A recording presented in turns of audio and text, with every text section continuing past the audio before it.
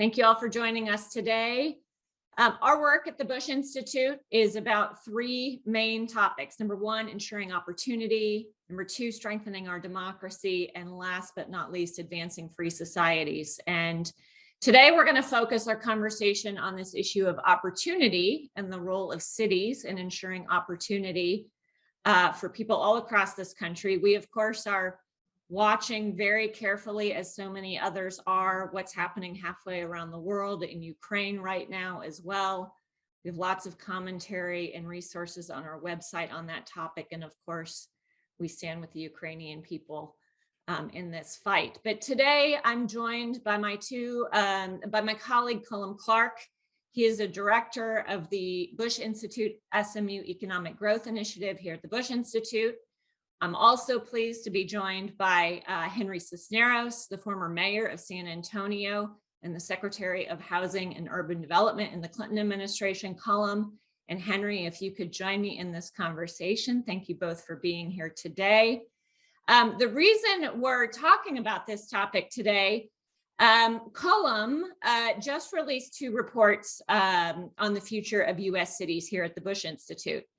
We're going to talk about that. We're also going to talk about a book that Henry and Cullum co-wrote called The Texas Triangle, an Emerging Power in the Global Economy. They wrote that with their co-authors, David Hendricks and Bill Fulton. The book really focuses on the rise of this mega region in Texas formed by the four big metropolitan areas here, Dallas-Fort Worth, Houston, Austin, and San Antonio. Cullum, I'm going to turn to you first. You obviously, as I mentioned, wrote these two recent reports on the future of U.S. cities. We've seen, through the COVID pandemic, some big trends that have been underway for decades across America's cities and metro areas, but they've also really been accelerated by some of the things we've seen in the pandemic. Can you talk a little bit about that? Sure, Holly. Thank you very much. Well, I think one big trend that we describe in the report is that over the decades, the economy's grown more knowledge-centric. And with that, there's been what we call a change in the balance of power, if you will, between talented employees on the one hand and employers on the other. Increasingly, talented people decide where they want to live and employers follow. So where actually have people gone? What we've seen over several decades is two big trends in terms of net migration around the United States. One big trend is people net moving towards certain areas, notably the big metropolitan areas of the Sun Belt, basically from North Carolina and Florida through Texas over to Arizona, and also to a lesser degree to some smaller cities in the mountain and Great Plains states. And they've been moving out of small town and rural America, the Midwest, and increasingly from the big cities of the Northeast and the West Coast. The other big trend is a big movement away from core cities and towards high growth suburban areas, which is something we've written a lot about. The pandemic, we argue in the reports, basically just accelerated these long-term trends. It didn't reverse them in any sense because we conducted a giant experiment in untethering people from workplaces. If they could, in a sense, for a time, work from anywhere, we were in a great big question. Where would they go? And what they in fact have done is an accelerated version of the long-term trends I've just been describing. So those are the big trends that we're kind of working against as we talk about creating high opportunity places in America. So Cullum just highlighted some of those trends that we're going to dig into a little bit, but obviously you've been a policy practitioner. You've sat in the seat as a mayor, you've sat in a seat as a cabinet secretary. Talk a little bit about, from a policymaker's perspective, what are some of the important trends for U.S. cities and things that have particularly sort of been exacerbated by COVID? Well, first of all, Holly, thank you for including me in this. Thank you for the work you're doing.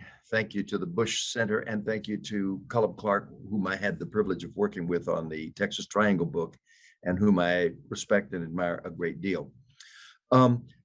For 20 years now, the underlying forces in society, not just US society, but in the world, have been very, very positive for urban areas. We know now that about 10 years ago, for the first time in the history of humanity, the majority of people live in urban areas. So there's clearly a movement to urban. In the United States, my former chief of staff and head of the Brookings Center, Bruce Katz, wrote a book in which he described how, despite the fact that about 65% of Americans live in the 100 largest metros, they produce 75% of the nation's GDP. That's just the 100 largest of the 10,000s of, the thousands of cities that exist. And there's reasons for that. The world economy is an urban economy. We don't really trade as countries. We trade as pinnacle cities in those countries. Los Angeles with Tokyo, or with Singapore, or New York with Frankfurt, or Dallas with London. And so that's an underlying dynamic. Another is the fact that people enjoy these urban places and the amenities that they provide. And then that the infrastructure of nations is supporting cities. So there's a lot of very positive factors that have been at work for a while. The pandemic proved very disruptive. It disrupted workplaces and people where people actually came to sit in physical places. It then disrupted small retailers from restaurants and every other kind of service. If you walk through New York last year, there would have been any number of businesses closed. We hoped temporarily, but now we can see some of them were not temporary. A lot of very positive, thriving places are closed today. The doors are closed. The schools were disrupted. As we know, therefore, home life was, as people could not take their children to school. Someone had to stay at home with the children, and that disrupted the workplace even further.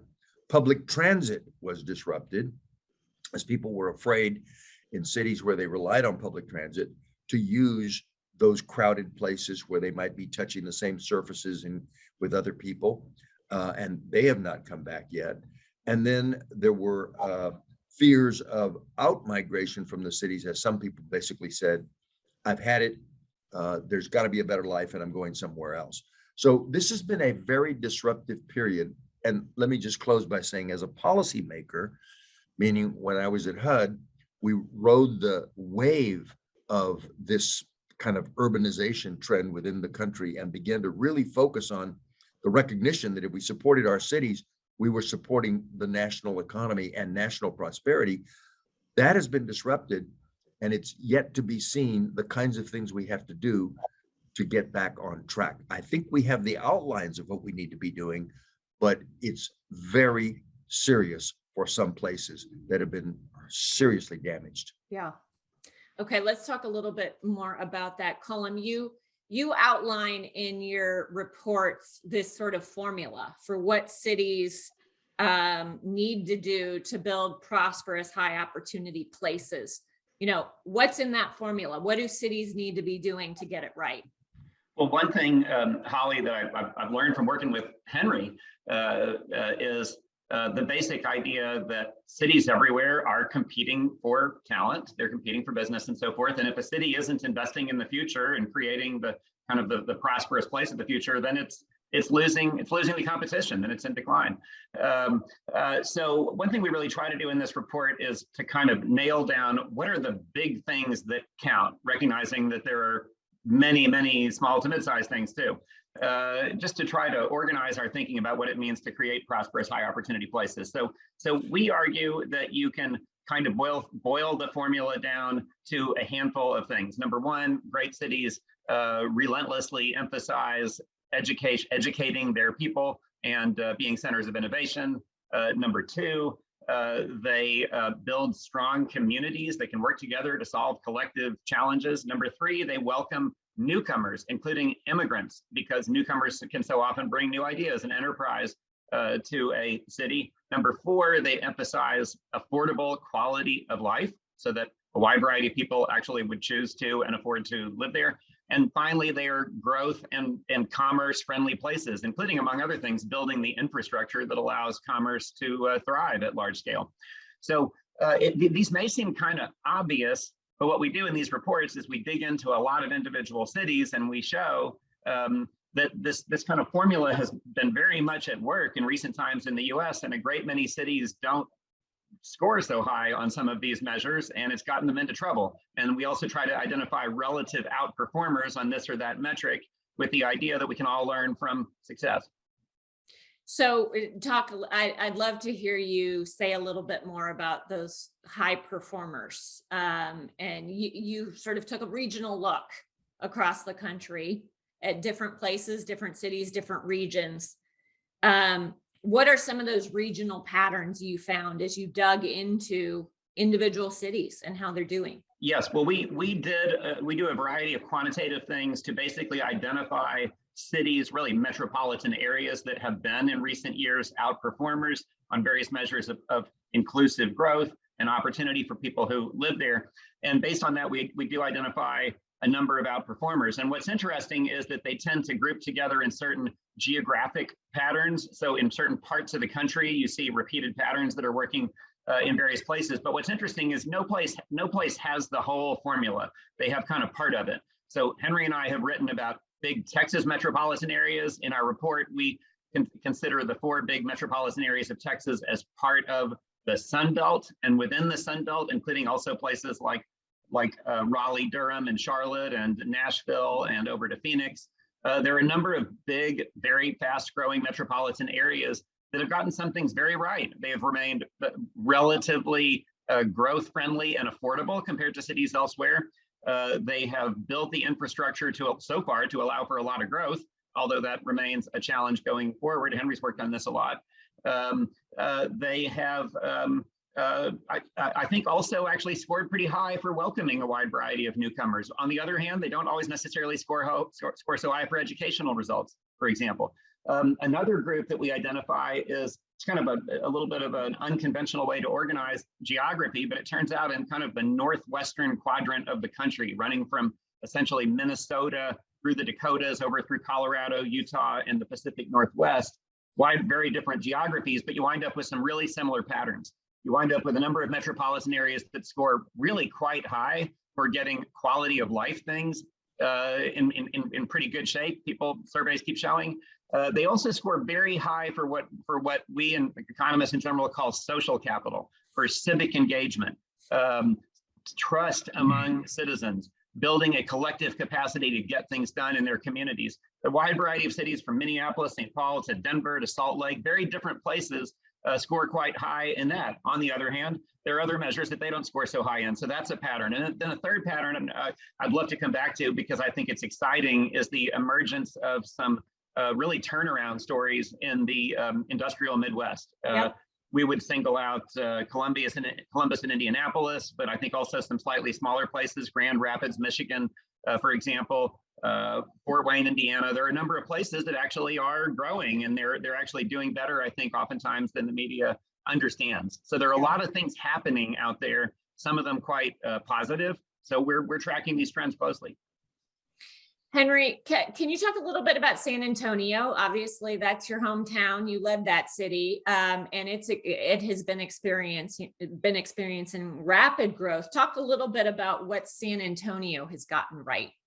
I'm happy to do that, Holly, but let me just first of all say I appreciate Cullum's analysis. I think the analysis about high-performing cities is correct, and I appreciate the focus of the Bush Center on problem solving and looking to the future and concrete ways to make things better. I would say, however, that we're off our game a little bit right this minute as cities. And I take my cues from the people who are becoming mayors now or in transitions and the job that is before them. For example, Mayor Eric Adams in New York, who is confronting a crime wave, for example, or Mayor Garcetti in Los Angeles, who's about to step down and become ambassador to India, but his successors are wrestling with how they're going to deal with homelessness. And even cities that are prosperous, number one growth city in the country like Austin is wringing his hands with an unmanageable homelessness situation. So I would say that right now, Cullum is completely correct about the longer term future, but there's mayors who are dealing with almost every mayor I can think of in the country and every city in the country is dealing with the critical questions of the moment. How do people return to work? And is remote work going to change the makeup of their downtowns and their business districts? Right. Is the old formula of a lot of workers creating downtown vitality and so forth broken because the workers are not going to be in and they're working remotely. Families and school-aged children, as that issue settled out with children, the schools operating in a reliable way. I just saw some data that showed even in cities that are generally healthy, in January, they missed 6 days, just in the most recent January, which is a lot of time. That's better than a week worth that caused crises in the cities. So the issue of how schools are going to function, then there is the issue of crime.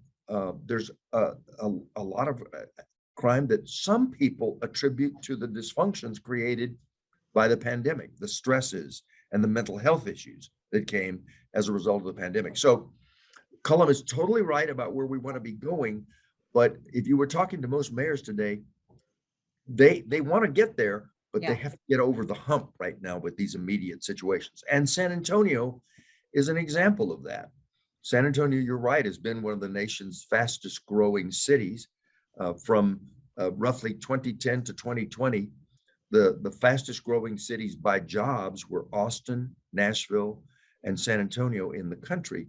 But San Antonio got hit hard, a body blow by the pandemic, because a good part of our economy has been tourism, and specifically conventions.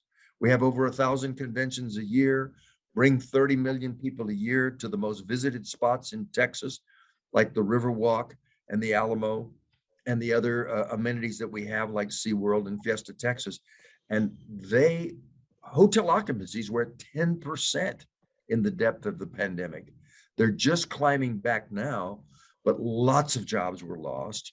That spread over to restaurants. It spread over to transportation providers.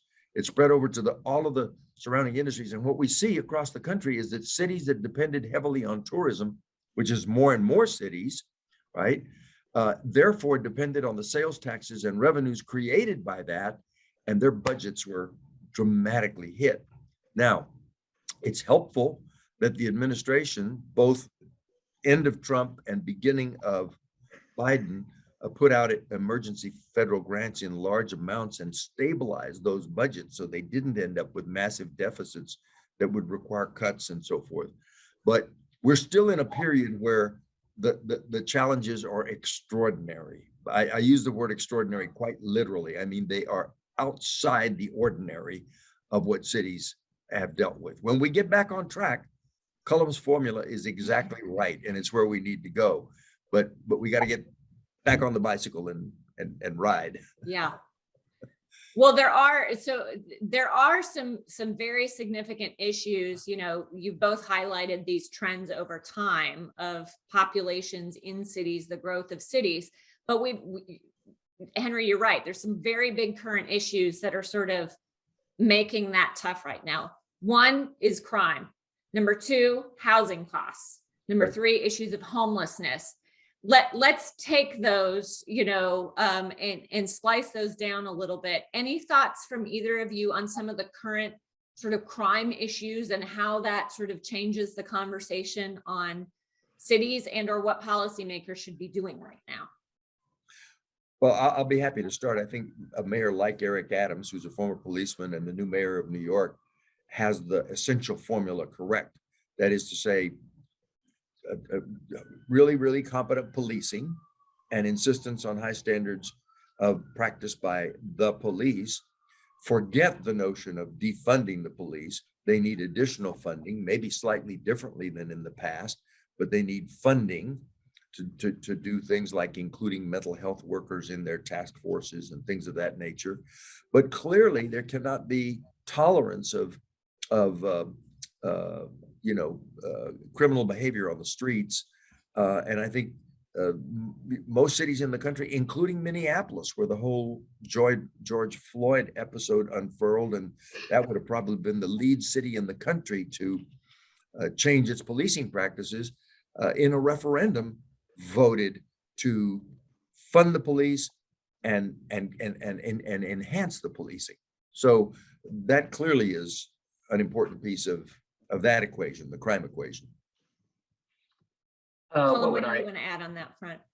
Yeah, certainly our reports don't go in depth into how to do policing better, and I doubt we will tackle that one.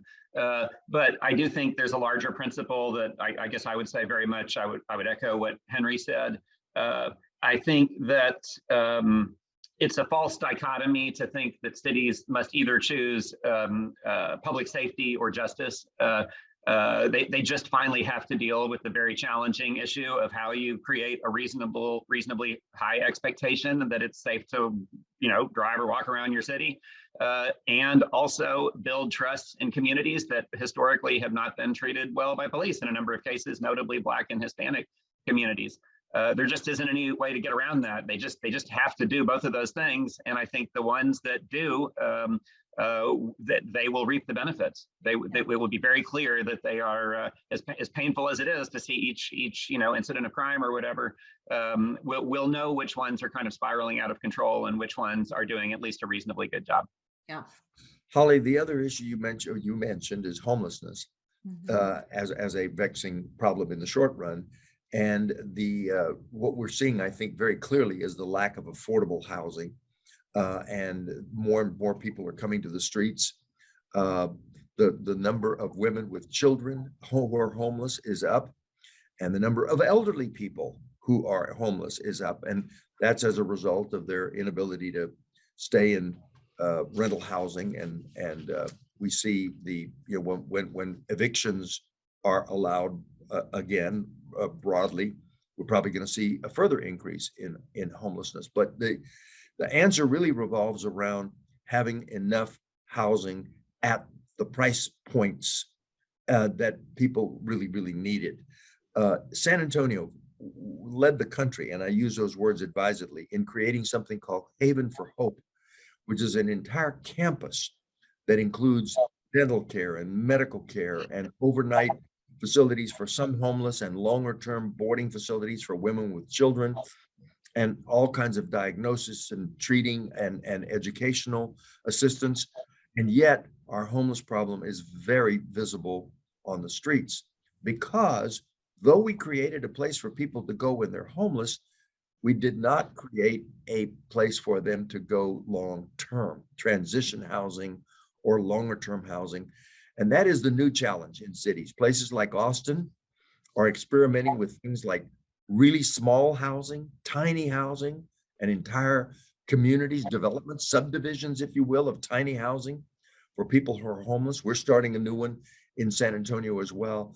But we have not broken the code on the homeless problem. And it is really unacceptable to walk through the streets of a modern American city and step over people who are spending the night on a piece of cardboard at a store, in a storefront.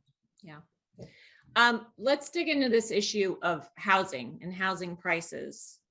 I mean, every day that I open the news, I feel like there's a story that just the year-over-year growth, increase in housing prices is bigger and bigger and bigger. And of course, places that had been considered affordable are now unaffordable to a lot of people out there. So number one, how should we be thinking about this? What can cities do? What can they do, and what should they be doing that they're not already, to put themselves on a better path?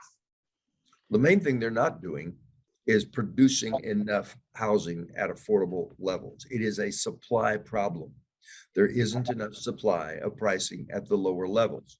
And cities have a big voice in that through the way they zone, through the way they permit, through the fees that they charge developers, the obstacles that they place at making housing more difficult, including NIMBYism in particular neighborhoods and the city's unwillingness to take that on, including really lack of creativity in providing incentives, support, subsidies for housing at lower prices.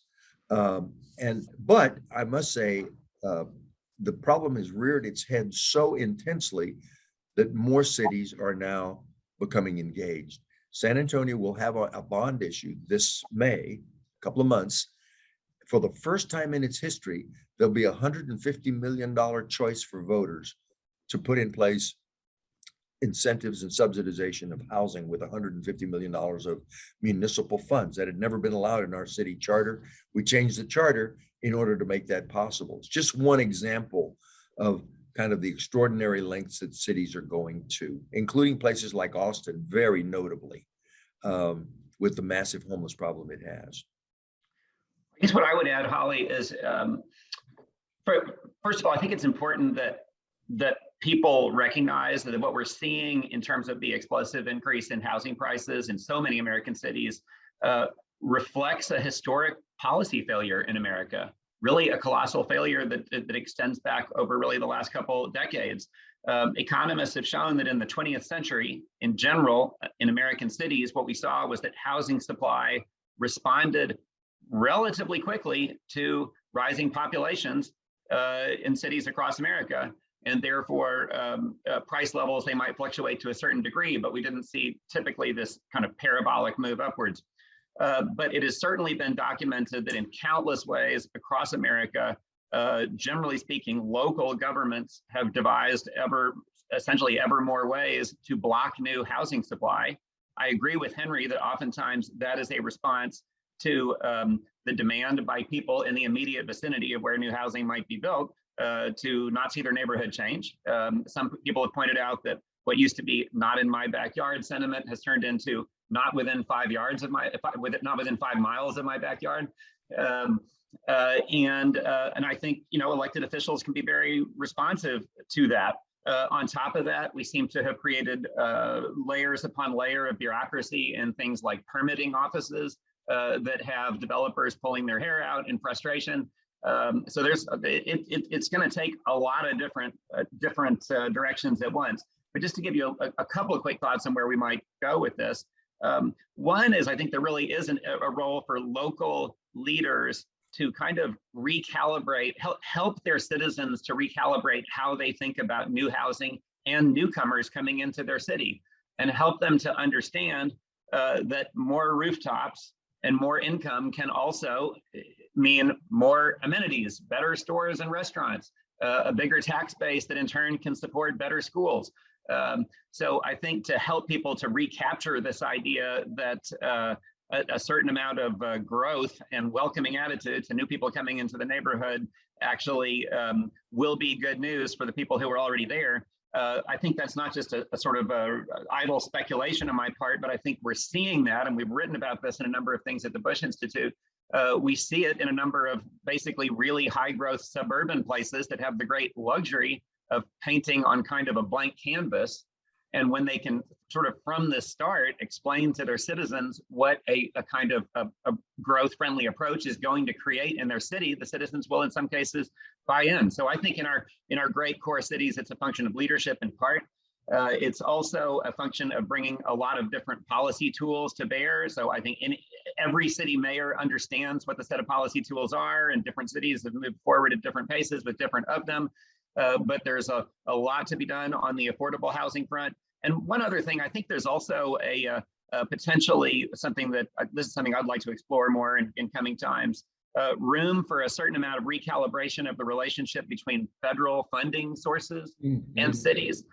Because one thing that I think is kind of dismaying is when HUD money coming into cities comes with so many strings and rules and so forth, that there are city bureaucracies and specialized developers who only work with that funding source, and the private sector is kind of miles away and not engaged in those same activities. We somehow have to figure out how to use that federal funding source alongside private sector expertise and private capital to create mixed income communities that are partly financed one way and partly financed another way, but all kind of in the same place. We haven't been very good at that. And I think that's a great challenge of our time. Yeah. We've had a couple questions come in from our audience talking about sort of this issue of, and then Cullum, I'd love for you both to dive into this. I mean, we use the word city, but often we don't actually mean one, like, let's look at the Dallas area, right? There's right. Dallas proper, and then there's the entire DFW region, which is a whole host of quickly growing cities, many of them, in the northern suburbs growing much faster than the city of Dallas ever is. Sure. So there is this tension in regions between sort of city and suburb. There's in some ways some efforts to move to, what I would call sort of mixed use, multifamily, sort of walkable housing, but there's also a lot of tension around that, as you all have talked about. Dig into that a little bit. I mean, when you sort of talk about some of these ideas and recommendations, what tensions do you see in regions between city and suburb, or how do we make sure both city and suburb are able to grow? Henry, you want to do that, Henry? I'd love to speak to it as well. Well, why don't you, and I'll follow you. I'm happy to. Okay. I think, first of all, the whole story of core city versus suburb has been changing dramatically over not just the last few years, but the last 2 or 3 decades. I think there's a kind of outmoded idea that the core city is kind of where the amenities are, where there's walkable density and so on, and the suburbs are where there's essentially endless single family residential and not much else. And also that the suburbs are much more ethnically homogeneous and also homogeneous on income lines kind of places. That is increasingly outmoded. And we show this in one of our reports through I think quite a few examples of, we have a data set that we've put up on a number of suburban places that show how outmoded that view is. What we're actually seeing is that some really successful suburban places are basically creating fully formed mini cities. Kind of painting on a blank canvas, as it were, and deciding the kind of city they want to be. And that ends up including a number of, let's say, culturally interesting, walkable destination neighborhoods. When young people come around and say, yeah, but what do people actually do here? There actually is stuff to do. Where businesses are increasingly putting headquarters or offices and so forth that aren't sort of your traditional like one-story low-slung kind of suburban office park that goes on and on, but actually they're in things that look like the companies are locating in things that look like cities with mixed use and housing right nearby and restaurants and everything else. So that is increasingly happening. Where that's happening, it's working, and I think there's a lesson for the core cities as well. Also, one other thing is that the successful suburbs are turning drastically more ethnically diverse. That's happening very, very fast with enormous numbers of both immigrants and Black and Hispanic and Asian people who have long been in America, or their parents, or maybe over many generations, resettling to suburban places so that they are becoming much more diverse. So that's a big change as well. I do think there's just overwhelming evidence that a substantial part of the population does value certain things, and cities need to be good at providing it. Yes, they do value having some interesting walkable places where it's, there's fun stuff to do. Some people may want to actually live within, maybe when they're young or whatever, within walkable range or in the heart of that. Other people may want to drive over to it and then get out of the car and enjoy a day doing a bunch of different things all on foot. But people want that, and cities need to deliver it. A number of places are. I think another thing, this has been in some of the questions that I've seen just now, is people are really valuing outdoor amenities, green space, trails, interesting waterfront type places they can go. And the typical city, I think, probably underprovides that. Particularly, it underprovides it in historically underinvested, lower income neighborhoods. That makes it very hard to turn those neighborhoods around, by the way.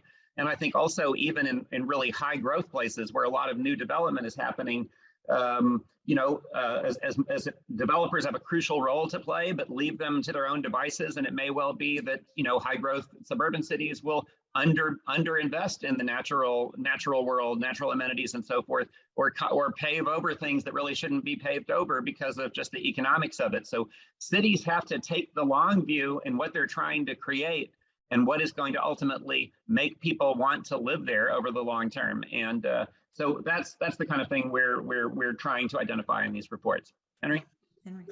I would say that the tension between city and suburbs within the metro is definitely counterproductive, because the true entity, the living organism, is the metro. When I talked earlier about these pinnacles around the world, Singapore and Tokyo and Frankfurt and London and and all across the world, all over the world, Northern Hemisphere, Southern Hemisphere, they're the metros.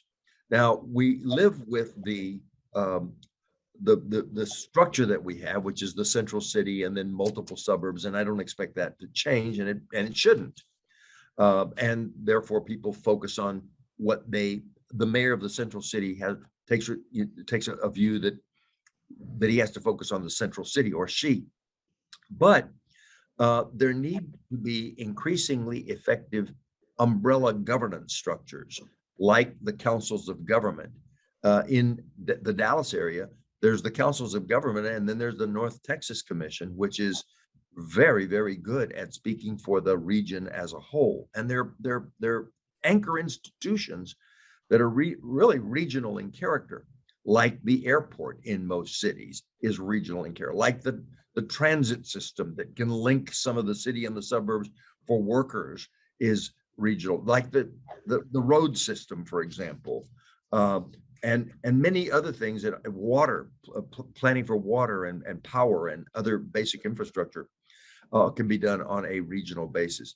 So the most effective places are places that have some sort of overarching regional entity that can do planning. I think North Texas has done better than most in that respect.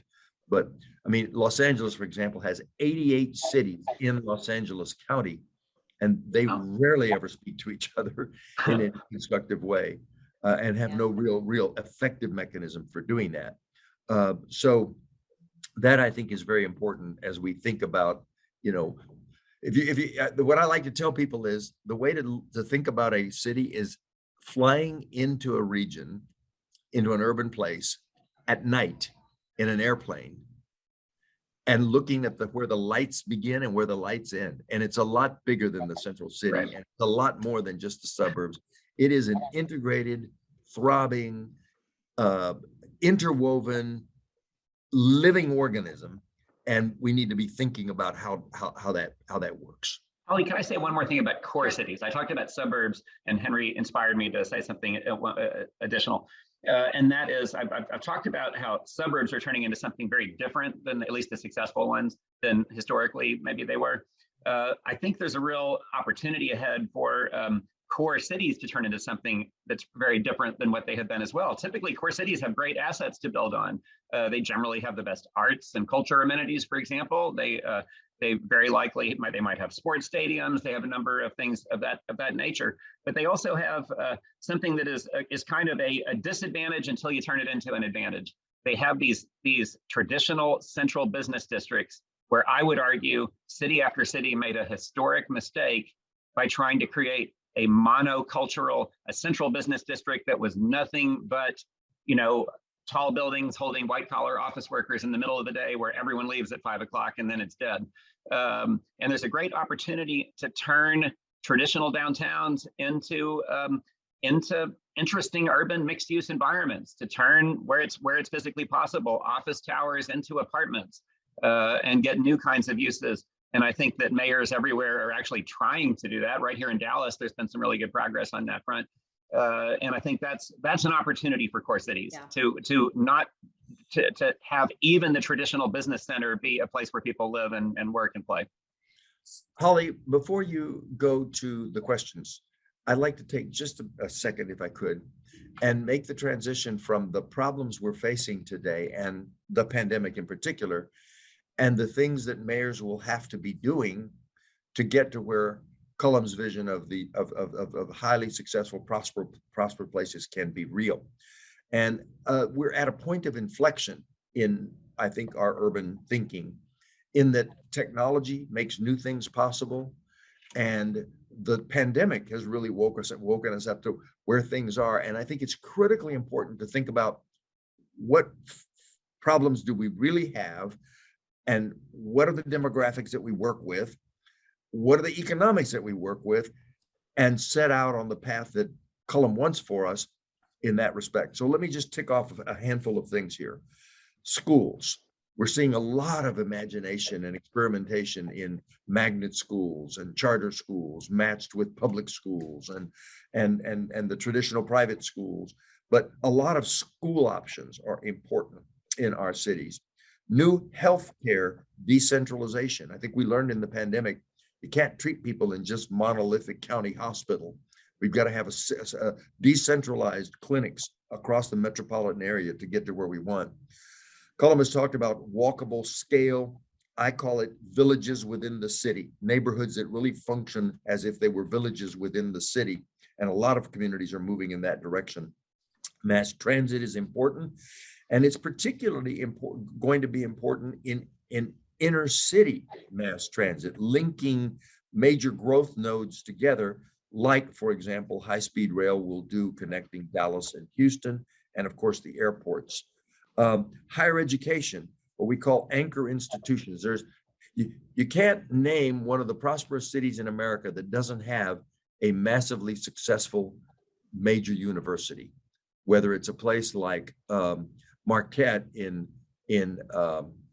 Milwaukee, or Columbia and NYU in New York City, or SMU in Dallas. But higher education and all that it implies, not just in opportunities, but in contracting and economic impact, housing affordability, massive focus on production of adequate, affordable housing, or we're going to have a permanent underclass, and worse, people are literally on the streets with health problems and so forth. And then there's the whole issue of interracial, intercultural relations, including immigrants, which is an essential piece of the policy dynamic in our cities. If we want to get to the place of high performance that Clark was describing, and bridge from the present pandemic-related and other issues, these are the kinds of things that we ought to be highlighting, yeah. It seems to me. Thank you. So one of the questions that came in, and Cullum, you knew I was going to return to this. You mentioned it earlier. I grew up in the industrial Midwest, as President Biden mentioned last night, the Rust Belt, which apparently we're trying to move away from that name there. But one of the questions came in, talked about the fact that recent migration has really seen sort of out migration from the industrial Midwest to other places. Number one, talk a little bit about that. But number two, you also identified some sort of industrial Midwest turnaround stories. You mentioned a few of them earlier. So what are you seeing in that region, and what can cities be doing to create opportunity and growth? Thanks, Holly. I think on that first question about where people are going, yes, it's true that the most recent evidence from like moving companies and U-Haul and so forth still suggests that the net movement on the whole is out of the region and out of those states, not into it. However, there are a number of cities and metropolitan areas in the Midwest that are bucking that trend. It's pretty clear which ones. I think I mentioned before that notably of the bigger ones, Indianapolis and Columbus are clear outperformers. Grand Rapids, which was written off as a city of the past, turned out to be actually an outperformer as well over the last decade. So there are a number. There are others that are losing population pretty fast, particularly the core cities. One thing that we kind of highlight in the report is that over the sort of the longer scheme of history, when cities get enough things wrong, they can see really calamitous declines in population. Obviously, that's happened in Detroit most famously, but it's happened in some other Midwestern places as well. But others are starting to grow. So I'm actually optimistic about the scope for that Columbus, Indianapolis model to spread. Now, let me say another thing. What is that model? Some time ago, you'll remember we had Harvard economist Ed Glazer, one of the leading urban economists in America, on our stage at the Bush Institute. And he's written, and I strongly agree, that turning around a place like a Pittsburgh, if you will, a South Bend, Indiana, right? Turning around a place in the industrial Midwest, it just isn't going to happen by somehow reviving the industries of the past, whether through trade protection against foreign imports or anything else. What he says is success basically is going to come from like a snake sloughing off its old skin and turning into something totally new. And I think that's what we've seen with the cities that are succeeding. We're seeing, particularly in the Midwest, We're seeing that cities that once were known for their manufacturing prowess, they're still manufacturing things, but typically that employs a lot fewer people than it used to because we've had so much automation. What you're seeing is the rise of knowledge-centric industries. You're seeing new kinds of technology and life science businesses that maybe spin out from some of the really great universities in around those cities. So what you actually see is like manufacturing turns out to be really a surprisingly small fraction of employment and of the economy in those Midwestern cities that are succeeding. So I think it is about embracing the future, as it were. It's about basically saying there isn't any substitute, for example, for creating a highly educated workforce.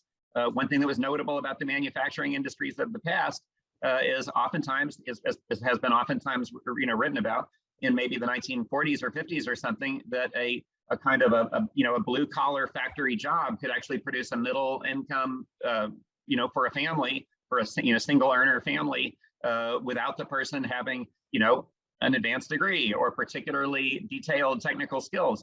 I think we want to argue that era is over. There's no going back. The future necessarily involves being a center of knowledge generation, education, and innovation. And I think a number of the Midwestern cities have a whole lot of ability to, a lot of potential for further progress along those lines. Holly, let me say just a couple of quick words about that. First, Cullum is completely correct that cities need to be thinking in terms of how they fit into the new economy. A new economy that is business services, new media, international trade, higher education, medical centers, tourism. Those are the elements of the American economy today, and the cities that capture that are the cities that will be able to succeed. And some cities in the Midwest, aside from Columbus and Indianapolis, which have been on a very good track for a long time, but places that were in the dumps are coming back, like Pittsburgh, which has done it on the basis of the university there, the University of Pittsburgh and Carnegie Mellon, along with small business, technology, replacing steel. And Pittsburgh is a model for the Midwest. Cleveland is building on the Cleveland Clinic and a Case Western Reserve University, which are relatively close and linked together by transit. And they have sort of gone from Cleveland in its prime had more Fortune 500 company headquarters than New York, but in the industrial era. It clearly doesn't anymore, but they're finding new businesses like medical devices spun off of that university and Cleveland Clinic connection. So I think that is the path. Yeah. For those that are inevitably going to decline, and let me just say, despite what we're describing here as options for growth, they're not going to come back to the same size that they were. Detroit was the fourth largest city in America once upon a time and had nearly 2 million people. It now can't break past 650,000.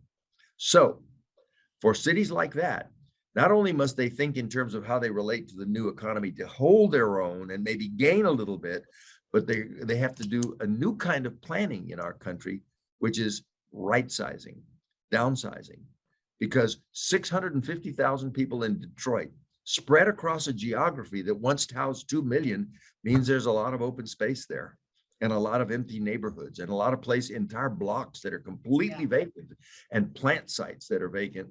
And mayors in places like Detroit, perhaps the best example of a city actually working positively to downsize, right size, as they call it, is Youngstown, Ohio, who's gone through that on a smaller scale. Yeah. Okay, I want to hit on two of the questions that came in from our audience that are related. So I'm gonna put them together. And you all have talked about this a little bit, but let's get more specific. Obviously, the pandemic has really given cities sort of a chance to rethink how they're designed. Henry, you talked about remote work and just sort of the changing, Right. how that's really changing things. So what urban innovations have you witnessed that you'd like to see adopted more broadly? And also, for cities with all this downtown office space, sort of what do they do with it? And what are some potential innovations for how cities think about sort of this post-COVID time? Well, it's a very difficult question because there's nobody really out on in front right now. But there are cities doing interesting things. New York is working very hard to make it easier for young people to come back to the city because they know that a lot of those who left were older, afraid of the pandemic, or families with children who had to adjust to the pandemic. But young people, there are whole neighborhoods in New York that are now hipster neighborhoods, and with the appropriate business setups as well for young people. Philadelphia and Pittsburgh put out a call for immigrants. Imagine that. In other places, people seem to be afraid of immigrants or blocking their way. And these are cities that said, one way we're going to grow is to be immigrant friendly. And Lord Almighty, some immigrant groups are immensely entrepreneurial. If you bring Dominicans or certain Asian groups or there are many others from across the country. I suspect we're going to see people coming from Ukraine. You end up with some very motivated, entrepreneurial, capable people. The Bronx, which was once the poster child for urban decline, now has 1 million Dominicans building neighborhoods and housing and bodegas and retail establishments. So those are a couple of things that I think we see in cities. Yeah. A couple I would add, Holly.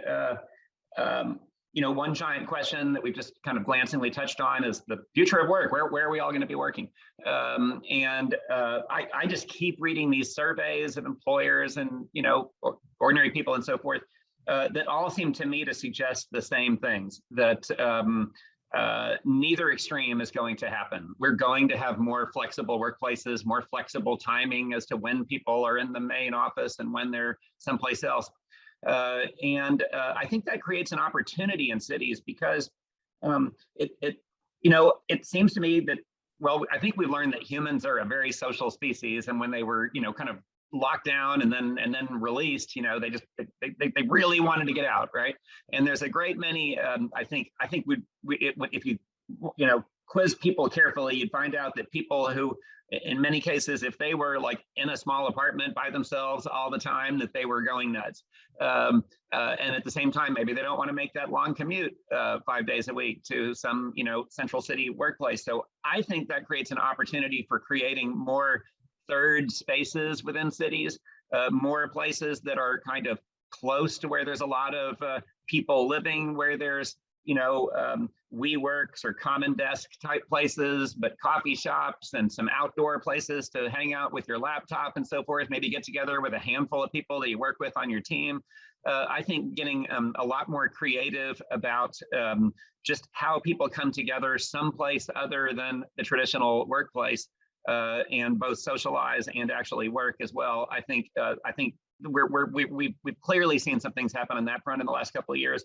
As for the traditional office buildings and so forth, I tend to think, I think Henry makes a powerful point about New York. Would have a really hard time being all that pessimistic about New York City as such, because it's a really good thing to be the world's leading financial center and to have these amazing, arts and restaurant amenities and all of this. So I tend to think New York will become younger. It will be, if anything, more fun and maybe a little less crazy expensive as maybe people resort in terms of where they live. But I think that for most cities that are kind of big, but not at New York's scale, traditional downtowns, like I mentioned before, are truly on the one hand, if they don't change, they're an albatross, but they're also an opportunity. And I think that if cities can really think through, how do you turn these traditional downtown and surrounding areas into vibrant places where people want to live, work, and play, among other things, you're going to want to put green space, small pocket parks, right in between two big buildings and so forth. You're probably going to want to create, totally reimagine how traffic flows, have dedicated bike lanes for people who actually live pretty close to work, create conditions in which the traffic flows through the downtown quite slowly, so it's actually feels safe and comfortable to actually walk around the place.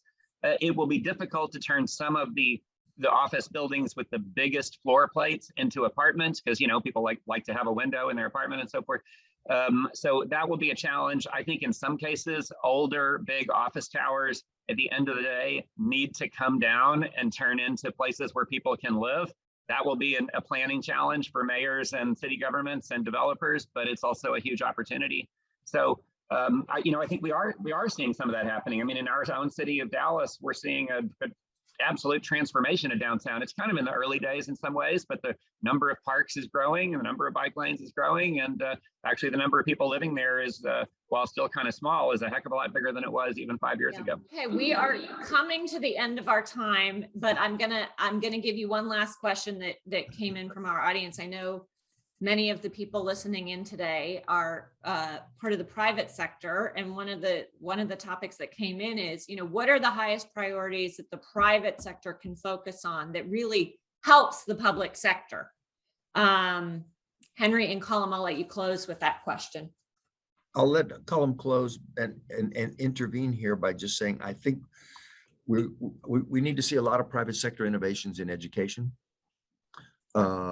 Involvement in education, but also private sector supported models. We need to see a lot of innovation in healthcare. I really believe that the pandemic scared us, and we somehow at some deep level, we know that wasn't the last one we're going to confront. So I see a lot of cities where urgent care that people didn't really recognize before, now they know exactly where it is in their city, and they're going to utilize it more and more. And so private models of offering healthcare are on a decentralized basis are going to become more available. Right. There will be many other private sector contributions along the lines of retail activity and small spaces and restaurants and many other things. Henry, what a pleasure to do this with you. Thank you for joining us today. Always great to work together. My thoughts on that, Holly, there's an enormous role for the private sector. And we talk, at the Bush Institute to a lot of CEOs, a lot of management types, and they're eager, they're hungry. They're saying, help us understand, how can we actually make a difference in our city? So I would agree with Henry, a couple quick themes there. One is very simply innovation. I would suggest that Henry's just spoken to some of it, that there are 3 areas where we have not seen enough innovation in taking down the cost of delivering basic things over the last several decades. We haven't seen enough innovation to take down the costs of, for example, higher education or the cost of delivering basic healthcare. We also have not seen enough innovation in taking down the cost of building new housing, maybe with new materials and so forth. Innovation that takes down the costs of those things can result in our ability to do a lot more of all of those things, and we need a lot more of those things. So that's a great area that the private sector is likely to lead in. Collaboration, I think I already spoke to this before. There's too much segmentation of the private sector versus the public sector. Never the twain shall meet. This is not a good way for us to build the cities of the future, I would suggest. And lastly, I would say community building. I think we're big believers at the Bush Institute. I hope you would agree, Holly, that it's not just about the federal government. It's not just about local government. It's about civil society. It's about people coming together, working together, sometimes in new and innovative ways. And, and I think the private sector in any city has a significant role to play in reaching out and building this surprising coalition that it can figure out how to tackle some challenge together that doesn't just wait for City Hall to get it right or wait for Congress to pass some bill. So there's a huge role for the private sector to play, and there's a lot of good progress on that front. So we look forward to engaging with the private sector as well as with government in our work in this program. Great. Well, Henry, Cullum, thank you both for participating today. Great conversation. For all of you tuning in, thank you for joining us today. As always, you can find Cullum's reports on bushcenter.org and all of the work that we do on these topics. So thanks everyone for being here.